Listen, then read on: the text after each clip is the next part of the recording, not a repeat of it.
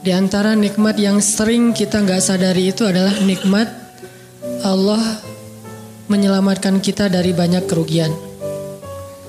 Kalau keuntungan kan kita tahu nih, karena wujud kan. Tapi kalau kerugian, kita seringnya nggak tahu karena tidak berwujud. Kalau berwujud, rugi. Kalau dihindarkan dari kerugian, pasti nggak akan ada wujudnya. Misalnya dihindarkan dari jatuh, berarti kan nggak ada lecetnya ya. Kalau lecet berarti jatuh. Kalau nggak lecet berarti nggak jadi jatuh. Nah ini berarti kan tidak berwujud. Karena nggak berwujud, seringnya kita nggak sadar kalau itu nikmat dari Allah. Tapi kita harus belajar yakin itu sering terjadi dalam hidup kita. Baik itu lecet fisik ataupun lecet hati. Berat. Karena kalau udah kerasa di hati kita kan berarti ada masalah nih. Kadang-kadang Allah menyelamatkan kita dari kekecewaan, dari marah, dari sakit hatinya. Itu kan tidak ada wujudnya karena kita diselamatkan. Tapi yakin bahwa sesungguhnya itu juga nikmat dari Allah. Makanya harus tetap bersyukur walaupun kita kadang gak bisa menghitung nikmat Allah. Karena emang gak mungkin menghitung nikmat Allah. Wa in ta'uddu ni'matallah, gak mungkin kita bisa menghitung nikmat Allah. Gampangnya misalnya coba aja, ada nggak kita yang bisa ngitung jumlah tetes air hujan ketika turun hujan? Itu baru satu nikmat ya, hujan doang nih. Bisa nggak ngitung berapa tetes air hujan yang jatuh ketika kita lagi musim hujan? Atau sekali hujan aja nih, setengah jam berapa tetes? Nggak ada yang bisa ngitung. Itu aja nggak sanggup, apalagi nikmat-nikmat yang lebih besar. Nah, jadi tetap walaupun kita nggak sadar nikmat Allah apa, tapi kita pakainya bukan cuma dengan logika. Hidup saya kayaknya gini-gini aja logikanya nih. Tapi kalau kita beriman sebetulnya nggak gini-gini aja. Hidup kita tuh harusnya lebih parah dari ini nih. Hidup kita tuh harusnya banyak masalah. Cuman sebagian besar masalah udah Allah hindarkan. Udah Allah selamatkan kita dari masalah-masalah itu. Cuman dikasih sebagian kecil sebagai pengingat buat kita. Kadang-kadang kalau gak dikasih masalah sama sekali, kita suka jauh dari Allah. Karena Allah kangen. Di antara hadis kangennya Allah kepada kita tuh, Allah kalau kangen kepada hambanya, dikasih ujian. Hamba yang kayak gimana? Hamba yang kalau gak dikasih ujian, gak deket sama Allah. Sehingga kalau Allah kangen sama kita, yang gak deket sama Allah nih, suka lupa sama Allah, Allah kasih kita ujian. Tapi ujian yang dikasih juga ujian yang insya Allah masih ketahan sama kita. Karena Allah gak mau ngasih kita ujian yang mencelakai kita. Kalau itu terjadi namanya bukan ujian, tapi namanya azab. Dan insya Allah orang beriman gak dapat itu. Yang dapat kayak gitu tuh kelasnya udah kelas Firaun, Haman, Korun, Namrud ya. Abu Jahal, Abu Lahab itu kayak gitu tuh. Tapi kalau kelas orang muslim yang udah beriman cuman gak soleh-soleh amat, insya Allah yang dikasih bukan azab, yang dikasih adalah ujian.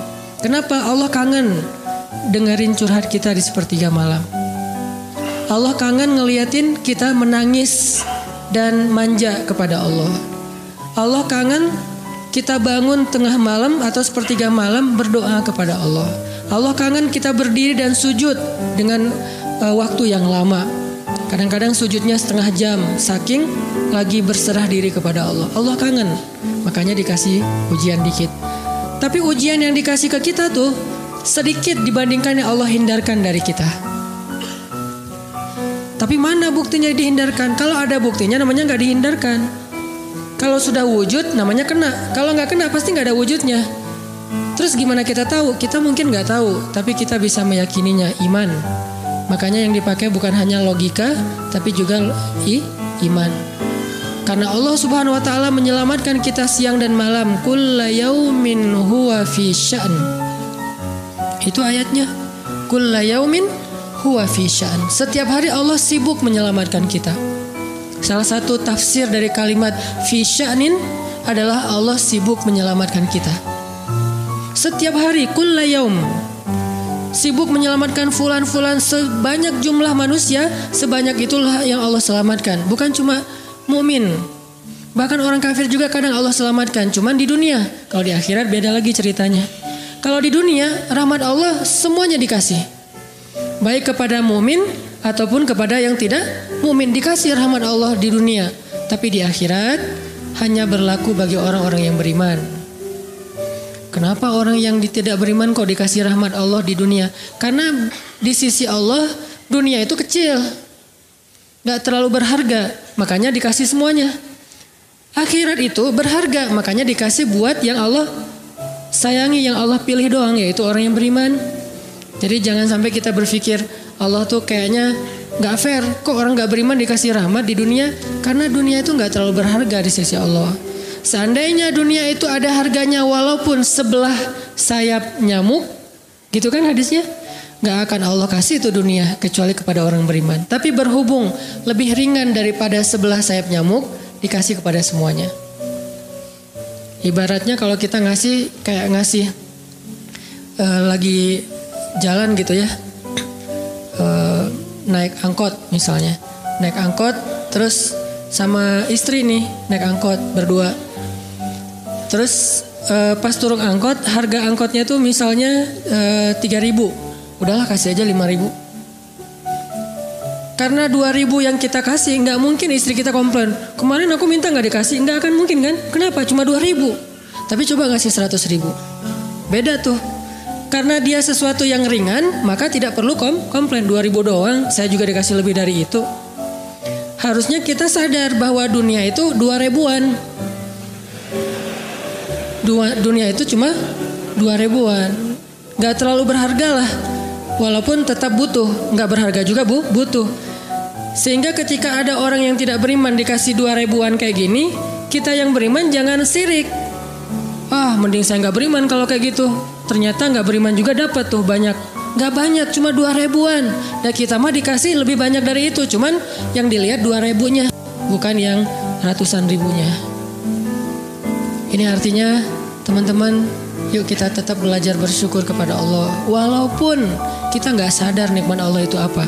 Kita nggak bisa ngitung dengan logika kita. La tuhsuha, nggak mungkin bisa dihitung dengan logika. Tapi kita masih punya logika iman. Yang kita yakin, kulla yaumin huwa fi sya'n. Setiap hari itu Allah ngasih nikmat buat kita. Setiap hari itu Allah menyelamatkan kita dari banyak masalah. Setiap hari. Bukan pernah tuh dulu gue nyelamatin lo. Enggak. Setiap hari diselamatin. Kita ada orang yang kadang-kadang nyelamatin kita dari satu musibah. Itu kan berjasa dan kita kayak ngingat seumur hidup kan ya. Dianggap kayak orang yang paling berjasa dalam hidup kita. Dulu hampir putus gara-gara dia gak jadi putus gitu. Nyambung lagi dalam bentuk yang halal misalkan ya. Berarti kan dia paling berjasa nih. Kalau gak gara-gara dia nih udah putus tuh. Kalau gak gara-gara dia udah cerai nih. Alhamdulillah gara-gara si fulan, gara-gara ustadz itu, gara-gara teman saya, gara-gara orang tua. Kita yang tadinya hampir bercerai gak jadi bercerai, kan dia berarti berjasa banget dalam hidup kita. Menyelamatkan rumah tangga. Allah menyelamatkan kita dari yang kayak gitu-gituan tuh kulla yaum, setiap hari. Kalau yang belum menikah, setiap hari Allah menyelamatkan kita dari zina. Apalagi kita hidup di zaman fitnah. Apalagi kita hidup di kota besar kayak di Bandung, yang fitnahnya mungkin lebih besar daripada di desa. Dengan mudah kita bisa terjerumus ke dalam dunia-dunia yang kayak gituan. Mudah banget. Tapi setiap hari diselamatin, besok diselamatin lagi, lusa diselamatin. Walaupun seringkali Allah pengen nyelamatin kita, kitanya aja yang kekeh gak mau diselamatin. Udah jatuh, Allah selamatkan dari apa? Dari makin terpuruk. Kadang-kadang kan jatuh ketiban tangga nih. Jatuh doang gak ketiban tangga. Allah selamatkan. Kalau gak diselamatkan 100%, minimal diselamatkan sebagiannya. Supaya kita gak benar-benar hancur. Itu sering. Yang pernah merasakan masa-masa kelam di masa lalunya, harusnya kan ketika kita dulu kayak gitu, kita mungkin udah mati kali ya. Yang sering tawuran misalnya, yang sering tarung di jalan, alasannya alasan sepele gitu. Kayak kemarin saya pas ke Jakarta ada acara di daerah Bintaro tuh, lagi jalan ada tawuran pelajar, pada bawa golok, bawa samurai, bawa celurit segala macam. Kita agak-agak kaget karena kita platnya plat D gitu kan. Agak bahaya nih di Jakarta soalnya. Langsung kita gimana nih plat D, masa mau ditutup pakai tangan, gak mungkin kan ya, mobil. Akhirnya la haula aja. Coba bayangin mungkin sebagian kita pernah ngalamin masa kayak gitu dan mungkin lebih parah. Yang kayak gitu-gitu mah udah jadi kayak sarapan lah. Kalau nggak makan siang. Kayak gitu-gitu udah sering. Kenapa masih bisa selamat dan sekarang bisa duduk di masjid? Kalau bukan karena Allah menyelamatkan kita. Jadi kalau ada yang cerita ke saya tuh tentang pengalaman masa lalunya yang luar biasa kelam, saya tuh selalu bukan takjub ke dianya, takjub ke Allahnya. Bukan takjub karena dia bisa berhijrah, takjub karena Allah masih menyelamatkan dia dan menghijrahkan dia. Sehingga ketika dengar cerita kayak gitu, yang kita ucapkan adalah Masya Allah, Alhamdulillah. Bukan, wah hebat lo ya, dulu pernah bunuh orang, pernah ini, pernah semua dosa pernah gue lakuin dah. Itu gak perlu bangga, karena kalau dia gak diselamatin Allah, dulu udah celaka dengan dosa-dosa itu. Tapi karena Allah selamatkan, akhirnya dia diberi kesempatan. Bikin dosa dibiarin sama Allah. Bikin dosa dibiarin, bukan dibiarin berbuat dosa, dibiarin supaya dia kembali kepada Allah, dikasih kesempatan. Dan itu gak sehari, bertahun-tahun kan kita kayak gitu. Masih aja Allah biarin, masih Allah kasih kesempatan. Ini artinya teman-teman, benar kulla yaumin huwa fi sya'an. Setiap hari itu Allah selalu jagain kita. Setiap hari itu Allah selalu nyelamatin kita dari banyak masalah. Kalau yang udah nikah, mungkin di hari-hari pertama atau tahun-tahun pertama nih pengalaman pernikahan ya. Ya nggak apa-apa deh. Sedikit lah ya. Saya emang nggak terlalu berpengalaman. Ada yang lebih berpengalaman dari saya lah ya. Ada sedikit pengalaman. Biasanya orang yang baru nikah ujiannya itu 3 tahun pertama. Kalau dia bisa ngelewatin masa 3 tahun pertama, insya Allah agak lebih mudah ke depannya. 3 tahun pertama ini paling berat. Apalagi kalau dia nikahnya alhamdulillah gak pacaran. Kalau pacaran kan ujiannya udah sebelum nikah udah banyak ujian ya. Pas udah nikah ya udah selesai. Bukan udah selesai ujiannya, udah gak ada yang perlu udah hambar aja. Udah plain ya. Pernah gitu Ustaz? Enggak sih. Untung ya, untung. Alhamdulillah gak pakai pacaran. Soalnya yang pacaran diputusin melulu.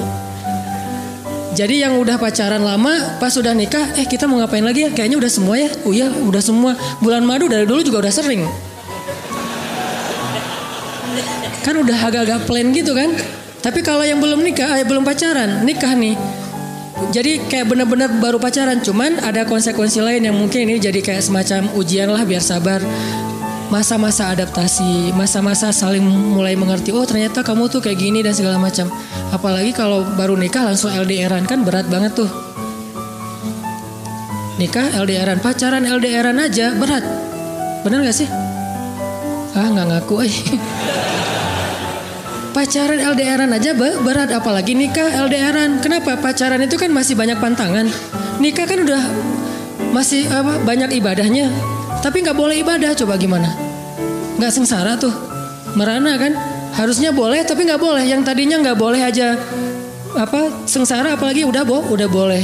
Nah ini artinya setiap hari dalam tahun-tahun pertama pernikahan kita bisa aja mengatakan, udah deh, saya talak kamu. Apalagi laki-laki. Kalau nggak sabar dikit keluar kata-kata talak. Kalau udah keluar nggak bisa ditarik lagi tuh.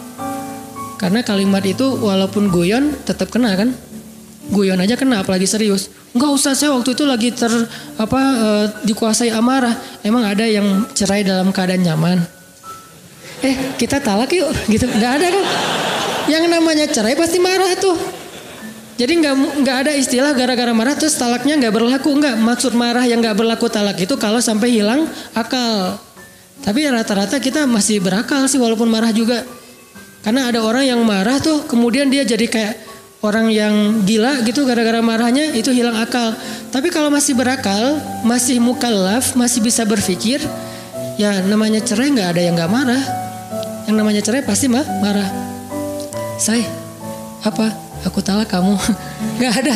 Udah talak manggilnya say.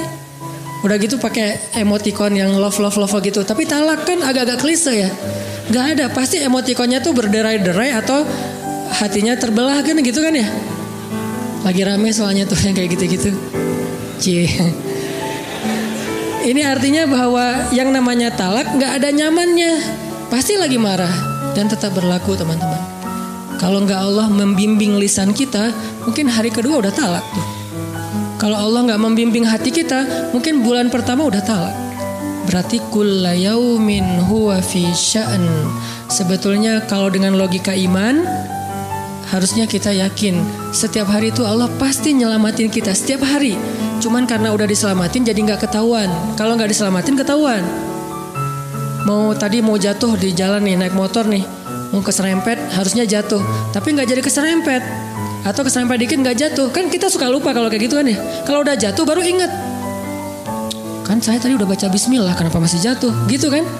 Tapi kalau nggak jatuh, kita lupa bahwa ternyata perjalanan kita itu dilindungi oleh Allah, sehingga kalau udah sampai bilang Alhamdulillah. Jadi banyak yang kita nggak bisa ngitung karena memang tidak terjadi. Kenapa nggak terjadi? Allah yang menyelamatkan kita. Kulla yaumin huwa fi sya'an. Sehingga tetap walaupun mungkin kita nggak ngerasain, bilang aja Alhamdulillah, Alhamdulillah setiap hari aja gitu. Karena nggak ada ruginya juga kita ngomongin Alhamdulillah. Satu-satunya kata atau nama yang nggak rugi disebut cuma nama Allah. Dan satu-satunya nama yang rugi kalau disebut nama mantan. Itu nggak enak banget nyebutnya. Kadang-kadang lagi ngobrol sama temen atau lagi kenalan di dalam kampus nih ya, atau kelas anak baru ceritanya. Kan kenalan nih, dipanggil nama sama guru satu-satu. Pas ada satu nama misalnya namanya siapa gitu kan ya. Kita sendiri yang pas nama itu disebut langsung meriang. Lah kamu kenapa? Itu nama mantan saya bu. Kan suka gitu ya. Sampai ada nama jalan bisa buat dia kegeeran sendiri. Saya pernah di Masjidil Haram ada salah satu nama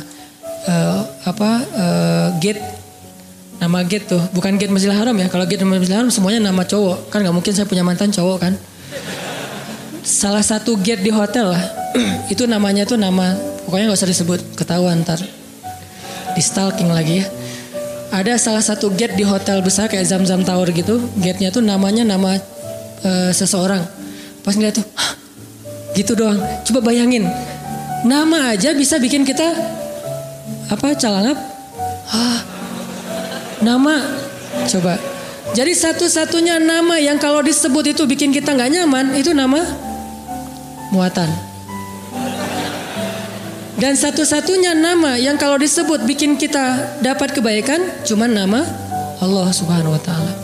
Setelah itu baru nama Muhammad SAW. Makanya nggak ada ruginya lah bilang Bismillah, Innalillah, Astagfirullah, Masya Allah, Subhanallah dan segala macam yang ada kata Allahnya. Sehingga Nabi bilang segala sesuatu yang di dalamnya ada nama Allah maka diberkahi, dan segala sesuatu yang di dalamnya tidak ada nama Allah maka tercabutlah kebaikannya. Jadi nggak ada rugi. Sehingga sampai nama orang aja yang paling baik itu adalah Abdullah sama Abdurrahman.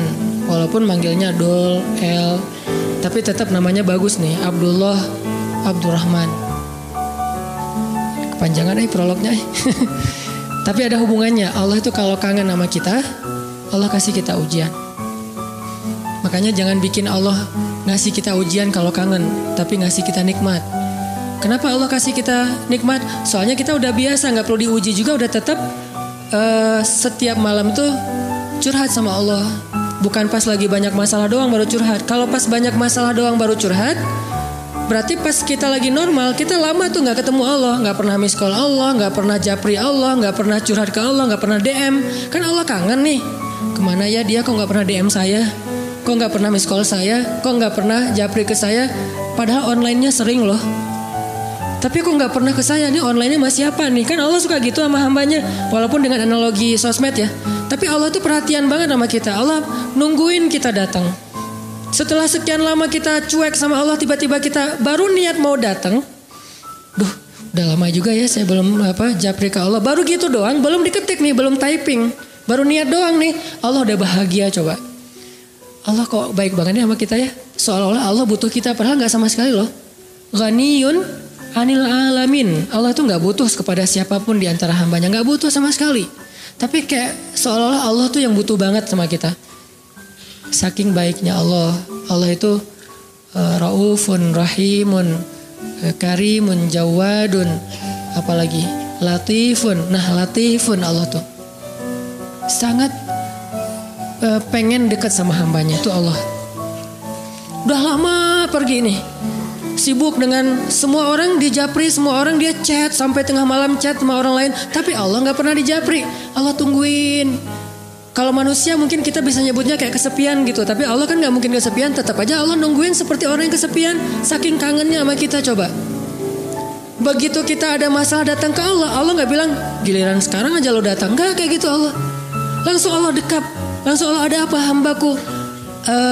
Hal min dihaja, apakah kamu butuh sesuatu? Hal min taib, apakah kamu mau diterima taubatnya? Hal min mustaghfir, apakah kamu mohon minta ampun?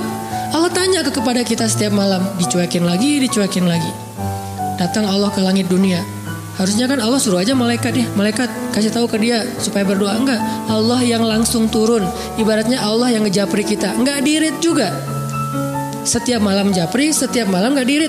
Padahal online-nya, lasinnya tuh per setiap jam, bahkan setiap menit dia online terus. Tapi yang Allahnya gak dirit, ketimpa lagi tuh. Marahkah Allah? Enggak. Kalau Allah marah, pasti kita udah celaka dari dulu juga. Karena kalau Allah udah marah, maka perhatikanlah kaum-kaum sebelum kalian, kata Allah.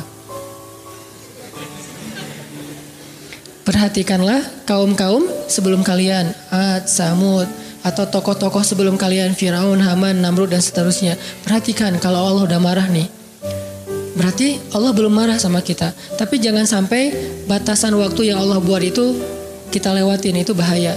Karena kalau Allah sudah menentukan waktunya, gak bisa ditolak lagi sama kita.